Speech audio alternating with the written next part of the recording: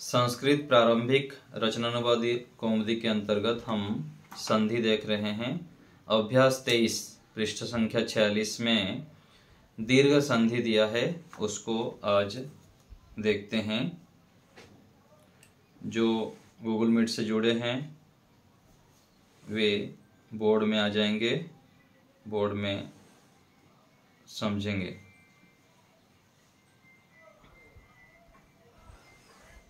दिख रहा है सबको बोर्ड?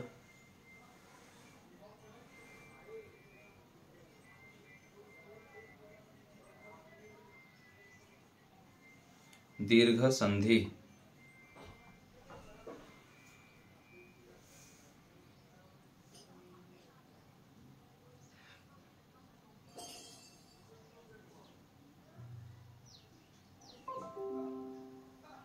दिख रहा है प्रकाश जी आपको? सुदेशना माता जी?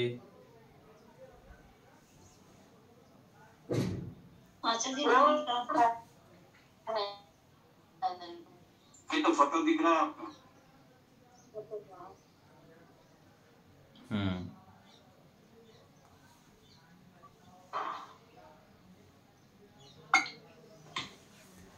तो दीर्घ संधि का सूत्र है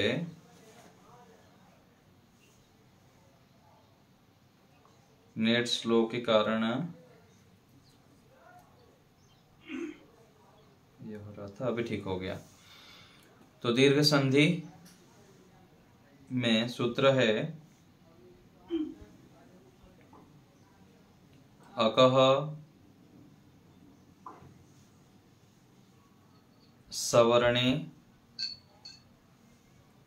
दीर्घः, ये सूत्र है। तो यहां पर कह रहे हैं कि अ ई उ री के बाद सवर्ण अक्षर हो तो ये जो अकह है ना, तो अकह ये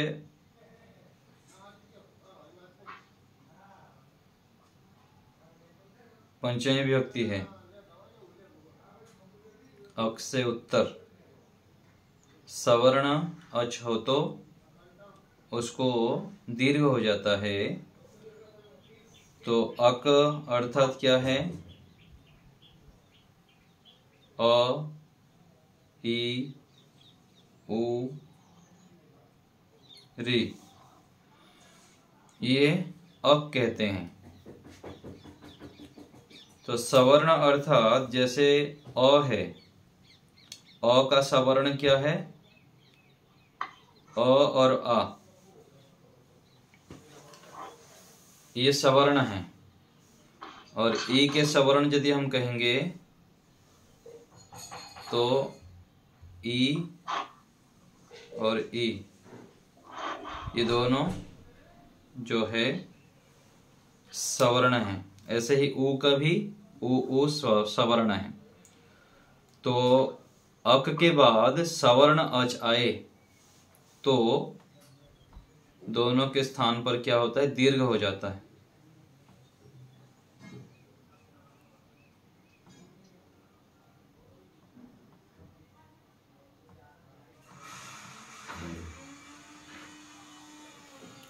उदाहरण देखते हैं।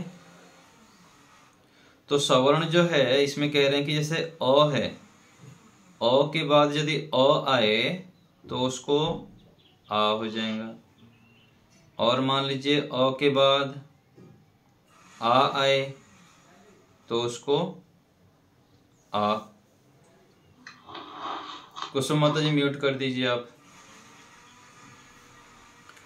अ के बाद अ आने पर आ, और अ के बाद आ आने पर भी आ, और आ के बाद यदि अ आए तो उसको भी आ हो जाता है, दीर्घ हो जाएगा। ऐसे ही आ के बाद यदि आ आए तब भी वह आ हो जाता है। ठीक है, आ हो जाएगा।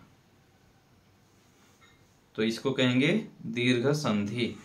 उदाहरण देखिए, हिम जमा आलय, हिम जमा अथवा धन आलय।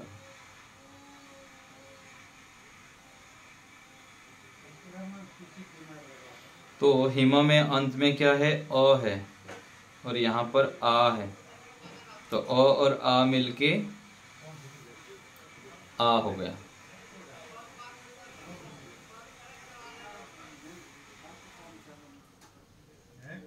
तो हिम को जो अलग करते हैं तो क्या रहता है, यहाँ अ और यहाँ पर आ, तो ये अ और आ मिलके आ हो गया। यहाँ पर लय है, तो ये म के साथ आ जुड़ गया, तो हिमा, ये लय जुड़ के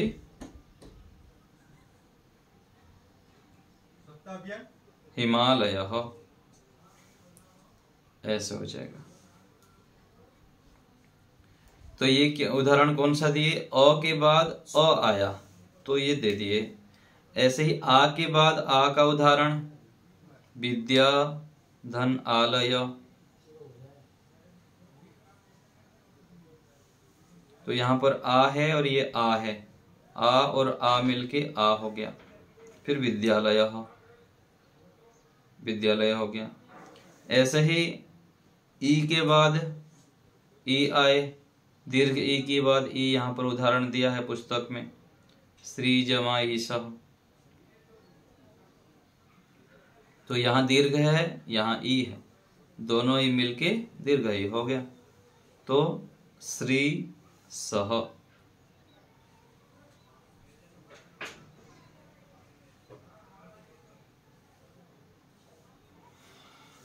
ऐसे ही ऊ का भी ले लेंगे, गुरु धन उपदेश, गुरु उपदेश, होत्री जमा ऋकार होत्रीकार। तो समझ में आया ये, इसमें कोई कठिनाई किसी को है दीर्घ संधि में?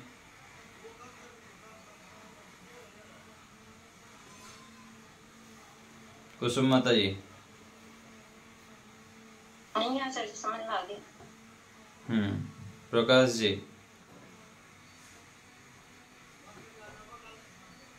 ये तो सबसे इजी है, समझ में आ गया मुझे। तो कौन कौन से संधि हमारे हो गया है उसको याद रखना है, उसका उदाहरण भी याद रखना है। कितने संधि हम पढ़ लिए? एक तो विसर्ग संधि है, नहीं अनुस्वर संधि पहला, 5 हो गई। आज को मिला के 6 हो जाएगा। जब हम अनुस्वारों को भी देख लेंगे ना, अनुस्वर संधि अभ्यास 18, अनुस्वर संधि पहला, दूसरा है यण संधि। सारे संधि याद है मस्तिष्क में आप लोग को? सुदेशना माता जी? जी अच्छा जी, याद है। सुनाइए बिना देखे। पहला संधि है मौनुस्वार संधि, दूसरा है यण संधि, इसको इको यण भी बोलते हैं, और तीसरा है अयादि संधि, इसको एचो यगा याबो संधि बोलते हैं। फिर चौथा है आद्गुण संधि, इसको गुण संधि बोलते हैं। फिर आया वृद्धि संधि और वृद्धि संधि, और अभी पढ़ा गया दीर्घ संधि, अकर सवर्ण दीर्घ रहा। तो सारे के उदाहरण बता सकते हैं? ये जो अयादि संधि के उदाहरण बताएंगे तो अयादि संधि को समझाइए। तो अयादि संधि एको अय, ओ को अब, ऐ को आय, ओ को आप हो जाता है, बाद में कोई स्वर हो तो। अयादि संधि का उदाहरण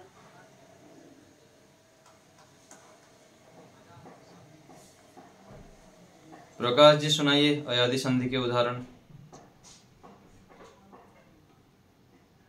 अयादि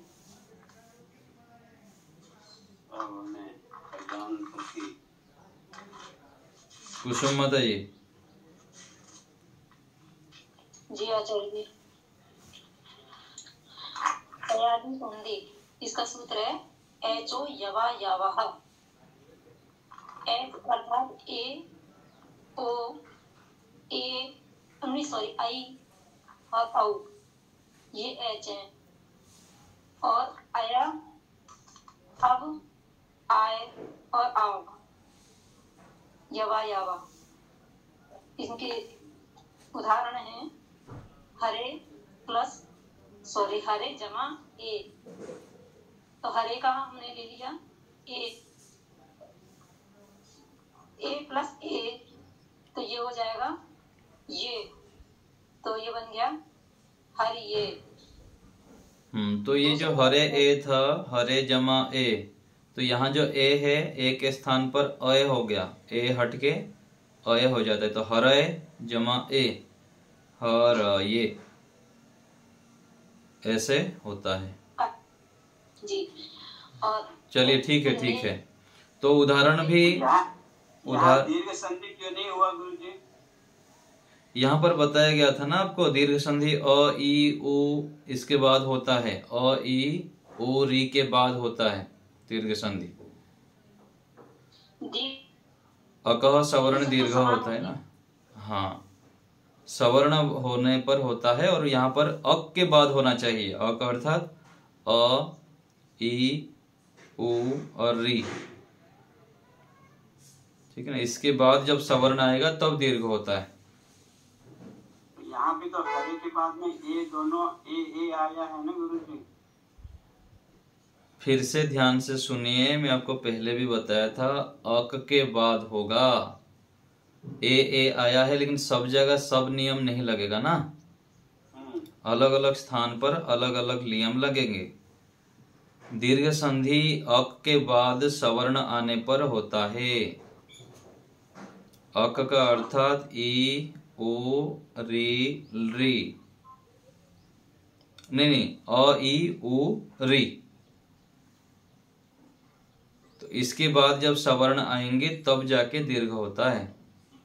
दीर्घ के बाद आने पर नहीं होगा, वहां पर तो फिर वहां हो जाता है वृद्धि संधि हो जाते हैं, अई हो जाते हैं, फिर वहां पर ए के बाद जब कोई स्वर आता है आगे तो वहां पर अय होता है, वृद्धि संधि। और एंगह पदांतावती पद के अंतिम में होते हैं तो फिर वहां पर एक पदांतावती लग जाएगा, दूसरे आगे संधि आएगा, वो हो जाएगा। तो गुण ये जो दीर्घ संधि वो अक के बाद आने पर होता है।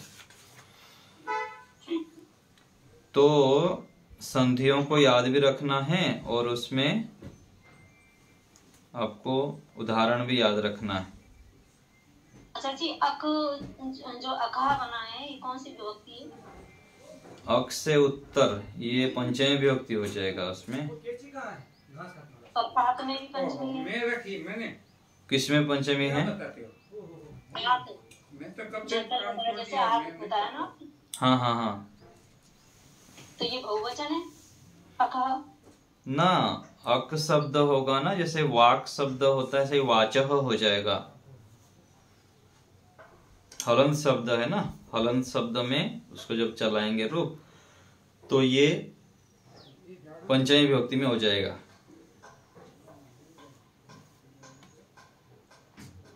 ठीक है, आपने कल बताया था आद। हाँ, तो आद तो भवत की तरह भवतो हो गया था ना। आद तो ये पुल्लिंग में चलाए थे, अ का आत हुआ था, उसका मूल शब्द अ है जो आत हो रहा है ना, और इसका मूल शब्द हलंत है, अक शब्द है। हलंत शब्द के पंचमी विभक्ति में अकह हो जाएगा। मूल शब्द के आधार पर फिर रूप चलता है ना, इकारांत, आकारांत, तकारांत, तो ये जो शब्द है ये हलंत शब्द है। ठीक है, तो हलंत का जैसे वाच शब्द है तो ये वाचः होता है, ऐसे ही अक शब्द का अकह हो जाएगा पंचमी विभक्ति में। और पंचमी विभक्ति लगने पर से उत्तर अर्थ निकलता है, अक से उत्तर, अक के बाद सवर्ण अच आए तो उसको दीर्घ हो जाएगा, ऐसे अर्थ निकलेगा। ठीक है, और किसी को कुछ पूछना हो तो बताइए। इस संधि हो गया। संधि में नहीं, अभ्यास 8 में 19 नंबर में सूर्य चमका, तो क्या होगा? रवि दिव्यति होगा या चमका था, आया था, गया था। तो चमका, का, के, की आए, था, थे, थी या ये, ई ऐसे आने पर ये भूतकाल अर्थ को सूचित करता है। का, के, की, था, थे, थी या ये, ई, गया, गई, गए, जो गए थे, गई थी, गया था, ऐसे अर्थ हो जाएगा उसमें। तो केवल गया लिखा हो, केवल खाया लिखा हो, तो उसमें आप भूतकाल का ही समझ लेंगे। आगे था लग जाएगा बिना लगाया गया, लेकिन उसको अर्थ जब पूर्ण करेंगे तो भूतकाल का अर्थ ही आ जाएगा उसमें। ठीक है, ठीक है, ऐसे समझना चाहिए। अच्छा जी, एक तो 13 अभ्यास का 9 नंबर, देवदत्त कृष्ण की तरह बहुत चतुर और श्रेष्ठ है। तो मैं लिखी हूँ, देवदत्त कृष्णस्य इव पटुः गुरुः च अस्ति। कृष्ण इव होना चाहिए, कृष्णस्य इव नहीं होगा। अच्छा, देवदत्त कृष्ण इव, ऐसे लग रहा है। 13 नंबर अभ्यास में दिया है। हाँ, 13 नंबर का 9 नंबर 13 अभ्यास का ऊपर दिया है ना, राम कृष्ण इव, तो ऐसे ही देवदत्त कृष्ण इव करेंगे। अच्छा जी, यहाँ जो राम कृष्ण इव लिखा, ये कृष्ण में तो विसर्ग नहीं लगा है। आगे स्वर है ना, इसलिए विसर्ग का लोप हो गया है। आगे संधि आएंगे, संधि में हमको पता लगेगा। जो विसर्ग से आगे स्वर आता है तो स्वर का विसर्ग का लोप हो जाता है। तो ये संधि नियम से हुआ है ये। लता माता जी बोलिए, और कुछ सुदेशना माता जी। अच्छा जी, ये जो धातु रूप में जानी ही आता है, एक एक जगह पर ही आता है, वो कैसे आया? ये 10 गण हैं, भुआदि गण हैं, स्वादि गण हैं, दिवादि गण हैं, अदादि गण हैं। तो आगे हम कभी कभी समझते जाएंगे। तो इसे भुआदि गण में बहुत सारे धातुएं आते हैं, तो भूत धातु के तुल्य ही चलेंगे। ऐसे ये ज्या धातु भी एक गण में चलता है, तो उस गण में जो धातुएं आएंगे तो उसका अलग प्रकार से नियम लग जाता है व्याकरण में, और वहां पर जानी ही हो जाता है। जैसे देही हो गया, में देही हुआ। हाँ, तो ये जुहत्यादि गण ये धातु है। हाँ जी। अच्छा। तो गण के आधार पर ही ये होता है। जैसे चुरादि गण आ गया, क्रयादि गण होता है, दिवादि गण है, तो उस प्रकार से गण के आधार पर उसका थोड़ा थोड़ा परिवर्तन होता है। जैसे विवेक शब्द के लगाते हैं, विवेति, विविधः, विवियतु, हाँ जी, विवियति जी। तो यहाँ पर भी थोड़ा चेंज हो जाता है ना से। हाँ, देव धातु बोल रहे हैं ना जी। हाँ, वो दिवादी गण है, अलग अलग गुण। ये तो समझिए, जो इस धातु का इच्छति इच्छतः होता है, ये लॉन्ग लकार में ऐच्छत ऐच्छत ऐच्छतम ऐच्छन, तो ये जो ऐ हुआ, ये कैसे हुआ? ई और अ मिलके ऐ हो गया ना। ई और आ जाएगा वहां पर, तो ऐ हो जाएगा वहां पर। फिर ई जमा आ, तो ऐसे ऐ हो जाता है वहां पर, ऐच्छत हो जाती, वृद्धि हो गई वहां पर। जैसे आगम धातु का क्या होता है, आगच्छति आगच्छत होता है ना, तो उसमें आगच्छत हो जाएगा वहां पर। तो वहां पर आ होने से वहां पर ई था, ई आ गया इस धातु का, तो ई और आ मिलके ऐ हो गया, ऐच्छत हो जाता है। अच्छा, ये कोई नियम होगा शायद। हाँ, वृद्धि हो गई ना वहां पर, संधि हो गई जी। अच्छा जी। पठन वेद धातु में भी इस तरह से उसमें भविष्य काल में, काल में उसमें भविष्यति, भविष्यतः, वेश्यंती ही। हाँ जी, ऐसा ही है। नहीं, वाह हट गया इसमें से। और जी जी, तो सारे संधि लग जाता है, संधि है, कुछ व्याकरण का नियम है, वो लगने के कारण ही होता है। जब हम आगे अष्टाध्यायी पढ़ते हैं, उसके पढ़ते जाएंगे आगे, तो वहां पर सारा नियम आएगा व्याकरण का। ठीक है, लता माता जी बोलिए। जी आचार्य जी नमस्ते। नमस्ते। ये अभ्यास 15 में नियम 42 में कृत प्रत्यय धातु के अंत में त्रि, ति, अ, अन आदि लगाकर बने हुए शब्दों के कर्ता और कर्म में षष्ठी होता है। ये मतलब समझ में नहीं आया ये नियम। कौन सा अभ्यास में बोलिए? 15 तो 42 नियम। हाँ, इसमें कह रहे हैं कि कृत प्रत्यय होता है। ये जो त्रि है, ती है, इसको सब कृत प्रत्यय कहते हैं। तो इसमें ऐसा होता है कि यहाँ पर कह रहे कि कर्ता में षष्ठी विभक्ति और कर्म में षष्ठी विभक्ति। तो ये जो बालकस्य पठनम है, ये पठनम जो है ये अन लगा है, ये अन हो गया, प्रत्यय है। तो अन प्रत्यय लगने के कारण ये कर्तृकृत प्रत्यय है। तो इसमें बालक का पढ़ना, तो ये जो बालक है ना, यहाँ पर बालक यहाँ पर हो गया षष्ठी विभक्ति, कर्ता अर्थ में है। यहाँ पर कर्ता अर्थ में होने से यहाँ पर बालकस्य गमनम, बालक का जाना। एक होता है बालक जा रहा है, बालकः गच्छति। तो यहाँ पर दूसरे अर्थ में करते हैं कि बालकस्य गमनम, बालक का जाना। तो ये कृत प्रत्यय लगने से यहाँ पर कर्ता अर्थ में षष्ठी विभक्ति हो गया, बालकस्य गमनम, धनस्य दानम। तो ये क्या है? कृत प्रत्यय है, इसलिए यहाँ पर कर्ता में षष्ठी विभक्ति लग गया है। और कहीं कहीं आगे आएगा कर्म में भी षष्ठी विभक्ति हो जाएंगे।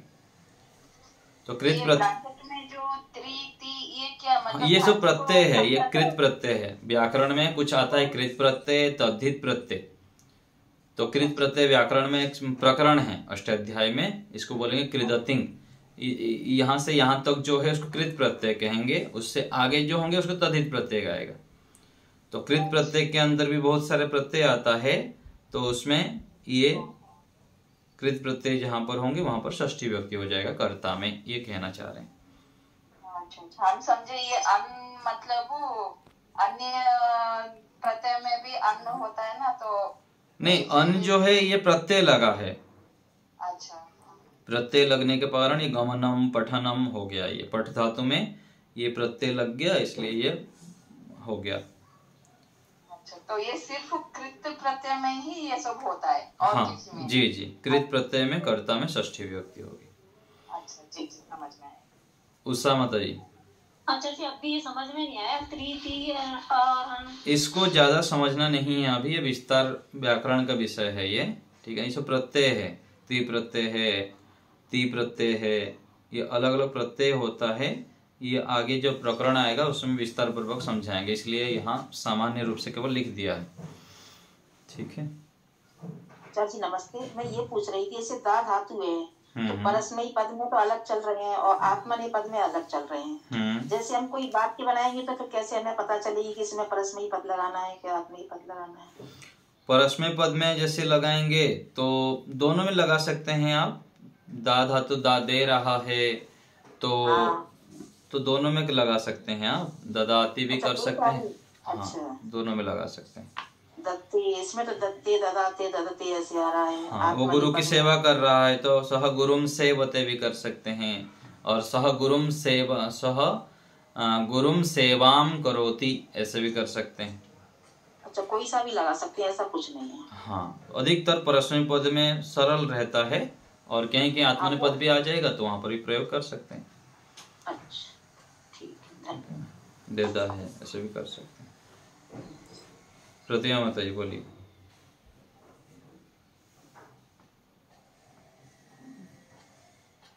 प्रतिमा माता जी बोलिए, माइक ऑन करिए। कुछ धातुओं से दो कर्म होता है, यथा दुह, चाच, प्रच, ह्रू जी नी ह्रू, इसमें 2 कर्म होता है, मीन्स क्या होगा? 2 कर्म अर्थात, हाँ, यच धातु क्या होता है? देने अर्थ में है, वह पूछना अर्थ में है। सह, वह बालक को प्रश्न पूछता है, वह बालक को प्रश्न पूछता है, तो बालक को प्रश्न को पूछ रहा है, तो सह बालकम प्रश्नम पृच्छति। तो यहाँ 2 कर्म आ गया ना, बालकम और प्रश्नम, ये 2 कर्म आ गया इसमें। तो गाय का को दुग्धम दुग्धम दुग्धी, हाँ, वो गाय के दूध को दूता है, तो गाम दुग्धम दुग्धोग्धी। तो गांग एक कर्म है और दुग्ध भी एक कर्म है। हाँ जी, ऐसे? जी ऐसे। अब तो नृपम धनम याचते, नृपम एक कर्म हाँ, कर्म है और धनम राजा को धन को मांगता है, तो नृपम धनम यच्छति। ठीक है, ये आएगा दूसरे भाग में, रचनानुवाद कौमुदी में, और उसका अभ्यास करेंगे। ठीक है, चलिए अभ्यास करते रहिए, धातु रूप शब्द रूप याद करते रहिए, परीक्षा की भी तैयारी करते रहिए। जिसकी तैयारी हो जाएगा मेरे से प्रश्न पत्र मांग लेंगे। यही रखते हैं।